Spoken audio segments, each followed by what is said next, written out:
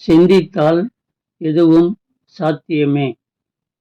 ஒரு நாள் ஆசிரியர் அந்த நாளின் வகுப்புகள் எல்லாம் முடிந்ததும் அவர் ஒரு மாணவனை அழைத்து ஒரு கடிதத்தை எழுதி அதை உறையில் போட்டு அதை மாணவனிடம் கொடுத்து, நீ இந்த கடிதத்தை உன் அம்மாவினிடத்தில் கொடு என்றார்.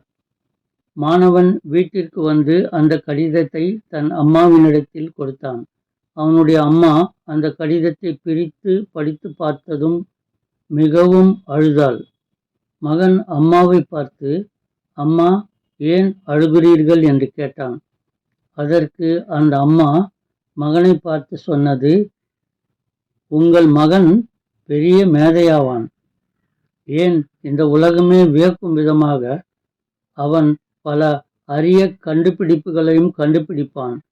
ஆகையால் இவ்வளவு அறிவுள்ள உங்கள் மகனுக்கு சொல்லிக் கொடுக்க சரியான ஆசிரியர் இங்கே இல்லை. நீங்களே அவனுக்கு பாடம் சொல்லிக் கொடுங்கள் என்று எழுதி இருக்கிறது என்றாள். அந்த தாய் மகனுக்கு மிகவும் அக்கறையாக பாட புத்தகத்தில் உள்ளதை சொல்லிக் கொடுத்ததுமல்லாமல் பொது அறிவையும் சொல்லிக் கொடுத்தாள்.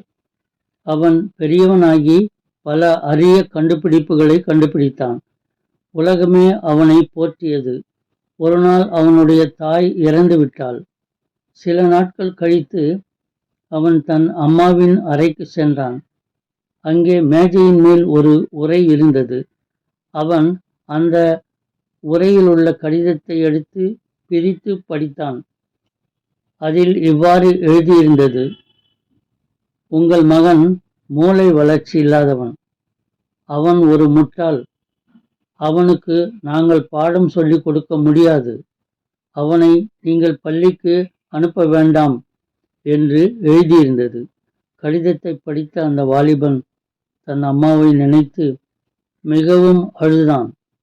அவன் வேறு யாருமல்ல, உலகின் தலை சிறந்த விஞ்ஞானியும் பல அரிய கண்டுபிடிப்புகளையும் கண்டுபிடித்த தாமஸ் ஆல்வா எடிசன் தான்.